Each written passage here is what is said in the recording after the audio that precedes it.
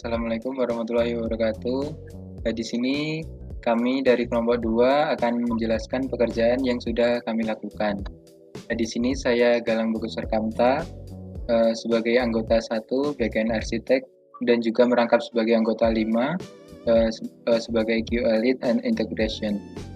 Kemudian untuk rekan saya Tivira Rosdiana sebagai UI Engineer Switching Login dan Home.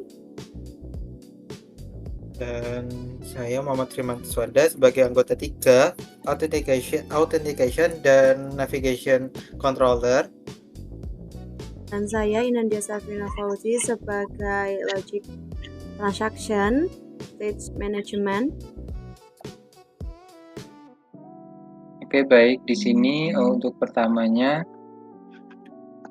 saya sebagai anggota pertama menjelaskan apa yang sudah saya buat. Di sini saya membuat produk model, kemudian di sini ada fungsi untuk from JSON. Untuk fungsinya itu adalah from JSON itu parsing data dari API ke objek ke string, kemudian di sini ada fungsi toJSON yang dimana itu kebalikannya dari objek ke JSON jadi kirim data objek ke API ke database Firebase. Untuk di user model ini juga sama seperti itu. Kemudian saya di sini juga membuat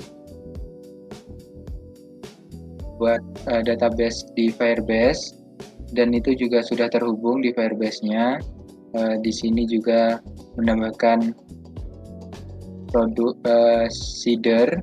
Di sini seeder ini berfungsi untuk isi dari produk pertama ketika aplikasi baru dijalankan. Kemudian di sini ada logika jika dokumen produknya belum ada, maka akan dimasukkan ke dalam database. Jika produknya sudah ada, maka akan di skip tanpa menumpuk data yang sudah ada di database. Kemudian di sini ada fungsi get all product. Di sini untuk mengambil semua produk yang ada di database agar bisa dibaca oleh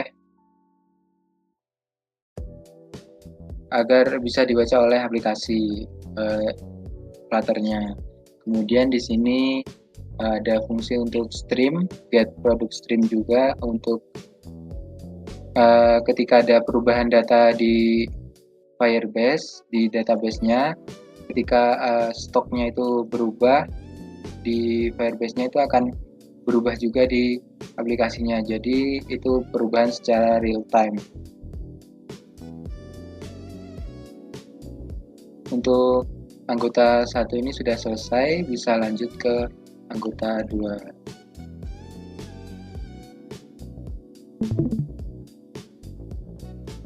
Di sini saya sebagai UI Engineer Stitching Login dan Home. Pertama saya membuat login screen. Di sini login screen Yosi untuk widget halaman login utama. Kemudian login screen Yosi untuk variabel state menyimpan data UI dan build widget. Kemudian email Yosi dan juga password Yosi, variabel controller untuk input email dan juga password. Kemudian widget build konteks Yosi ini untuk variabel build konteks untuk navigasi, dialog dan juga snack bar. Kemudian scaffold dan up bar untuk widget kerangka halaman dan juga widget judul halaman login.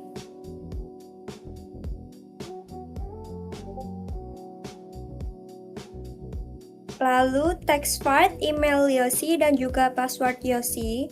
Untuk widget input email dan juga password. Di sini kemudian elevation button untuk widget tombol login bisa menampilkan loading indikator. Kemudian text button, widget tombol navigasi ke register screen Yosi. Kemudian di sini juga saya membuat register screen. Kelas register screen Yosi untuk widget halaman register utama. Kemudian register screen Yosi, variable state untuk input user dan juga build widget. Di sini ada name Yosi, ID Yosi, email Yosi, dan juga password Yosi sebagai variabel controller input nama, name, email, dan juga password.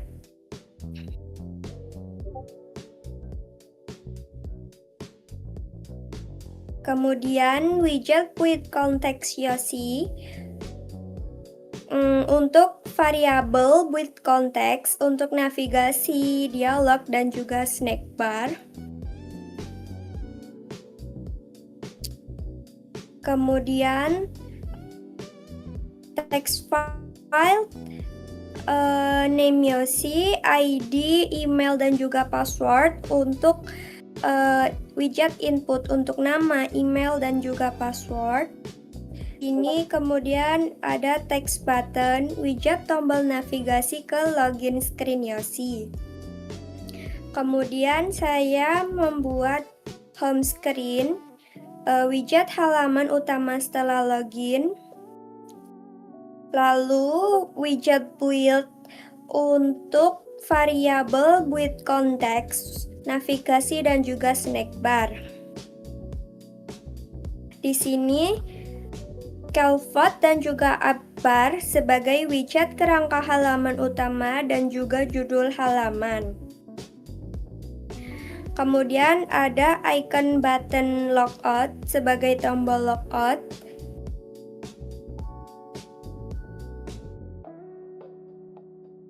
Lalu Grid View Builder untuk widget menampilkan list produk dalam bentuk grid 2 kolom. Kemudian Cart Menu Yosi sebagai widget menampilkan detail produk, gambar, nama, dan juga harga. Kemudian di Cart Screen, kelas Cart Screen Yosi untuk widget halaman keranjang. State Cart Screen Yosi, variabel state untuk menyimpan data cart dan juga build widget.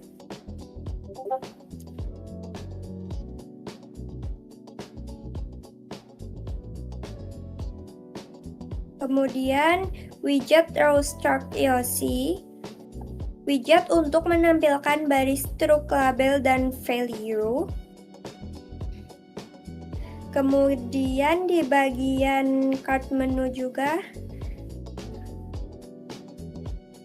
di sini kelas card menu Yosi sebagai widget menampilkan item menu, produk makanan, dan juga minuman. Widget with context Yosi di sini sebagai variabel with context untuk snack bar dan navigasi. Kemudian variabel nama menu, harga, dan juga path image menu.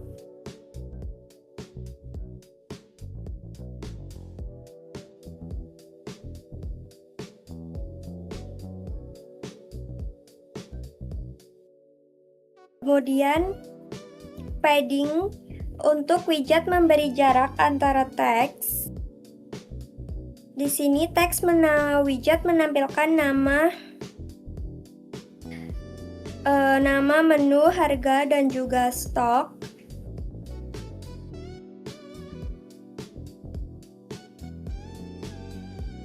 Di sini icon button, widget icon keranjang di pojok card.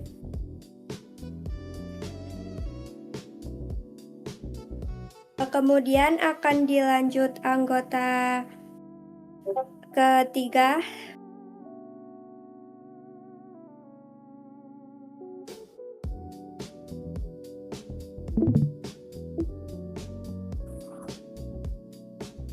Baik, di sini saya sebagai anggota 3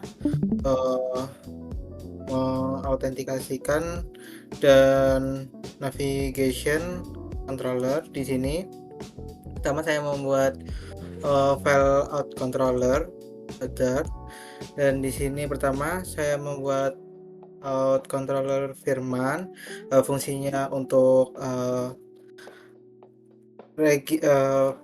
register di sini, buat register dan login, fungsi login dan keluar. Lalu di sini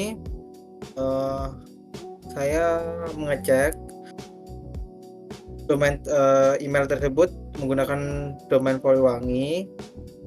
Terus fitur ini gunanya untuk fungsi asinkron, untuk registrasi. Lalu di sini ada atribut. Lalu di sini asinkron, di sini jika email tersebut tidak memakai domain Poliwangi, maka akan pesan seperti ini. Lalu jika name itu di Firebase database itu ada, maka muncul pesan seperti ini. Lalu di sini menambahkan email dan password ke Firebase itu dengan UID ini. Lalu password ini itu akan fungsinya password ini akan dibuat enkripsi, sehingga kalau pas sudah masuk ke Firebase itu akan tidak terlihat enkripsi. Lalu di sini ada final profile Firman. Ketika data tersebut diinputkan akan seperti ini, role user, lalu menyimpan user ke database Firestore. Lalu di sini fungsinya untuk Firebase out exception ini ketika digunakan untuk mengatasi masalah ketika password itu kurang lebih 6 karakter, lalu email tersebut sudah ada, lalu masalah dengan internet. Lalu di sini ada fungsinya untuk fungsi asinkron untuk login.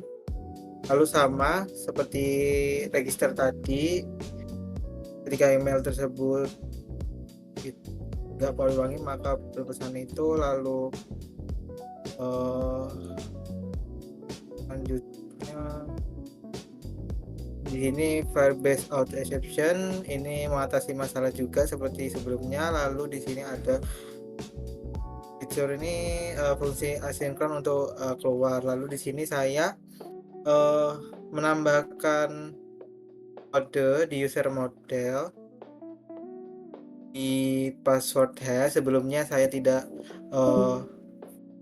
menambahkan password karena sebelumnya saya salah. Lalu di sini saya menambahkan password dan role-nya. Lalu di sini ya from JSON untuk ketika inputkan itu dalam bentuk JSON ini. Lalu lanjut ke Firestore service. Di sini saya menambahkan fungsi ini, fungsi save user to serve. Ini digunakan untuk menyimpan data user.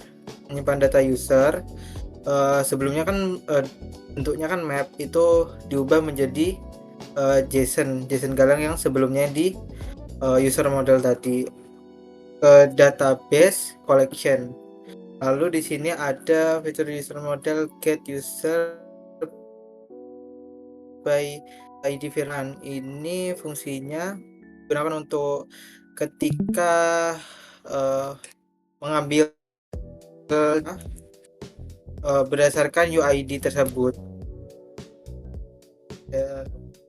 Terus itu kan tadi kan datanya kan JSON kan di database tersebut, itu diubah menjadi map seperti sebelumnya.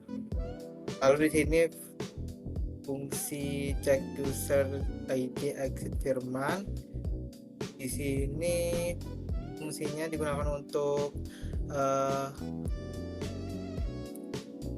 mengecek user apakah user tersebut apakah ada di collection tersebut. Lalu di sini di login screen saya menambahkan codingan juga di handle login Firman. Fungsinya untuk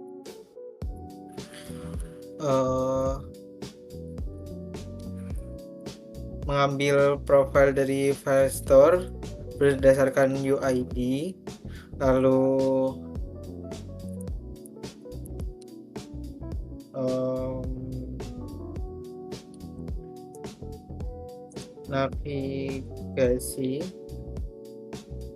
navigator ini untuk ketika belum punya akun.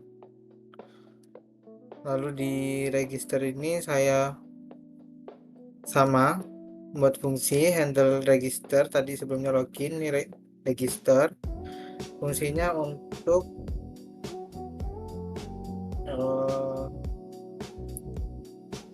membuat fungsi dari ketika diinputkan di register tersebut. Baik, selanjutnya akan dijelaskan oleh anggota 4.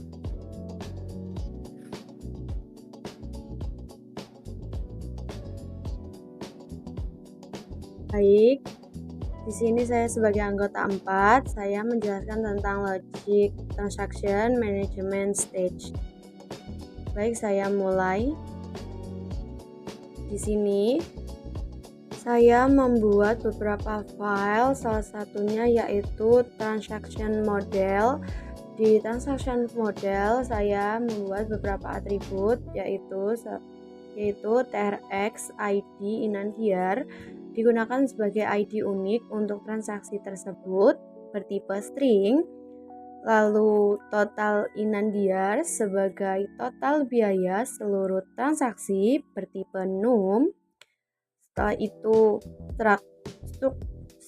status inandiar sebagai status transaksi bertipe string. Lalu item inandiar sebagai daftar produk dan bertipe list map string dynamic. Lalu selanjutnya saya membuat card provider. Di card provider ini terdapat state management. State management yang saya gunakan yaitu provider. Pada kelas provider inandiar bertanggung jawab untuk mengelola produk yang ada di keranjang, menghitung total harga, menerapkan logika diskon atau promosi, dan menangani proses checkout. Baik, di sini ada kelas provider inandiar digunakan untuk mendeklarasikan map string in card inandiar yang menyimpan stage keranjang. Lalu add to cart inandiar sebagai logika penambahan kualitas dan validasi stok. Adapun remove from cart inandiar digunakan untuk logika pengurangan kualitas, termasuk penghapusan item jika kualitas kurang dari 0. Adapun notifikasi perubahan noting listeners dipanggil setelah setiap perubahan stage untuk memperbarui UI. Lalu ada perhitungan checkout dan logika bisnis. Di sini ada fungsi logika NIM, yaitu apply NIM logic inandiar, digunakan untuk menghitung harga akhir, ongkir, dan diskon berdasarkan digit terakhir NIM. Pada logika diskon NIM terdapat NIM ganjil dan genap. Pada penerapan NIM ganjil di dalam apply NIM logic inandiar, kondisi utama untuk NIM ganjil yaitu diskon 5% dan tetap ada ongkir 10.000. Sedangkan penerapan pada NIM genap dalam apply NIM logic inandiar, kondisi untuk NIM genap mendapatkan gratis ongkir. Lalu pada transaction right pengurangan stok, fungsi checkout inandiar, fungsi ini digunakan untuk memicu perhitungan NIM dan write ke dalam database. Adapun loop produk dalam checkout inandiar memulai iterasi melalui setiap produk dalam keranjang untuk proses. Adapun validasi stok digunakan untuk validasi terakhir sebelum write ke database. Ada transaction write dalam checkout inandiar memanggil service Firestore untuk mengurangi stok secara otomatis di database. Terakhir, ada clear cart dalam checkout inandiar membersihkan keranjang setelah transaksi telah terlaksana. Lalu pada card screen yang membantu digunakan untuk mendukung logika transaksi yang telah saya buat.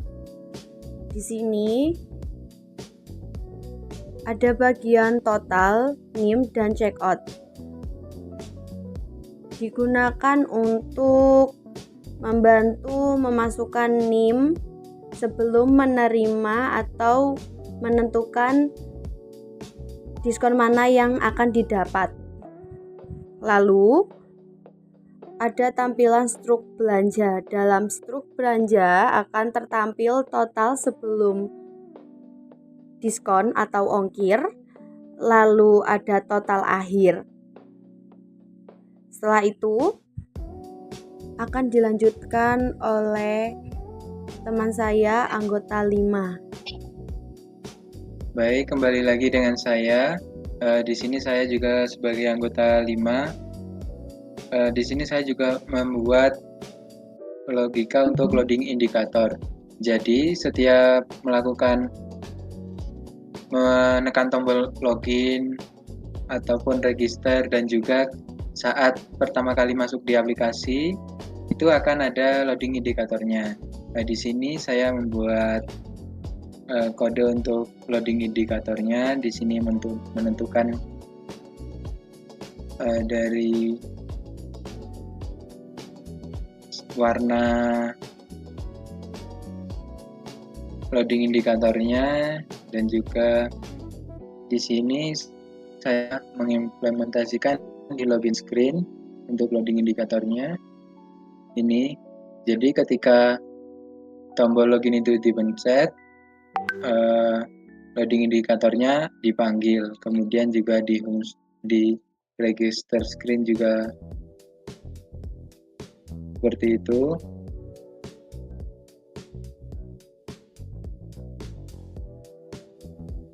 Ketika registernya di tombol register dipencet, maka akan loading indikator tersebut dipanggil. Kemudian juga di home screen di sini. Jadi ketika pertama kali aplikasi di loading, itu akan ada loading dari indikator tersebut. Dan juga di sini terdapat logika ketika apakah di aplikasinya itu belum ada data, Kalau misalnya belum ada data, maka akan menampilkan belum ada produk yang tersedia. Jika produknya sudah ada, maka produknya akan tampil.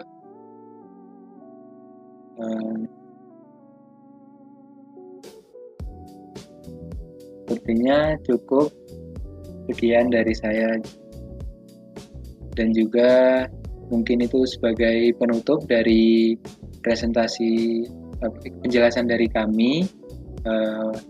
Kurang lebihnya mohon maaf. Wassalamualaikum warahmatullahi wabarakatuh. Terima kasih.